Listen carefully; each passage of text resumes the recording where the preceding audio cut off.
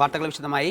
അട്ടപ്പാടിയിൽ കാട്ടാനയുടെ ആക്രമണത്തിൽ പരിക്കേറ്റ് ചികിത്സയിലായിരുന്ന 58-കാരൻ മരിച്ചു. കടമ്പാറ ഉന്നതിയിലെ രംഗസ്വാമിയാണ് മരിച്ചത്. ഈ മാസം 9-നാണ് വീടിന് മുന്നിൽ വെച്ച് കാട്ടാനയെ ആക്രമിച്ചത്. വിവരങ്ങളുമായി സാജിദ് അജ്മൽ ചേരുന്നുണ്ട്. സാജിദ്, എപ്പോഴായിരുന്നു അന്ത്യം? പോസ്റ്റ്മോർട്ടം നടപടികളൊക്കെ പൂർത്തിയായോ? ഈ മാസം 9-ാം തീയതിയാണ് വീടിന് മുന്നിൽ വെച്ച് ഈ കാട്ടാനയുടെ ആക്രമണം ഉണ്ടായത്.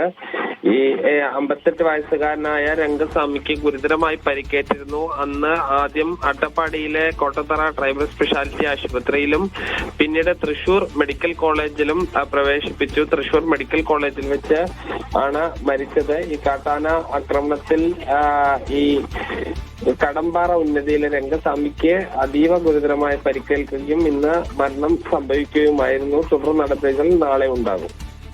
ശരി, കാട്ടാനയുടെ ആക്രമണത്തിൽ വീണ്ടും ഒരു മരണം കൂടി സംഭവിക്കുകയാണ്. അട്ടപ്പാടിയിൽ 58-കാരനാണ് മരിച്ചത്. കടമ്പാറ ഉന്നതിയിലെ രംഗസ്വാമിക്കാണ് ജീവൻ നഷ്ടമായത്. സാജിദ് അജ്മലാണ് വാർത്തയുടെ വിശദാംശങ്ങൾ നൽകിയത്.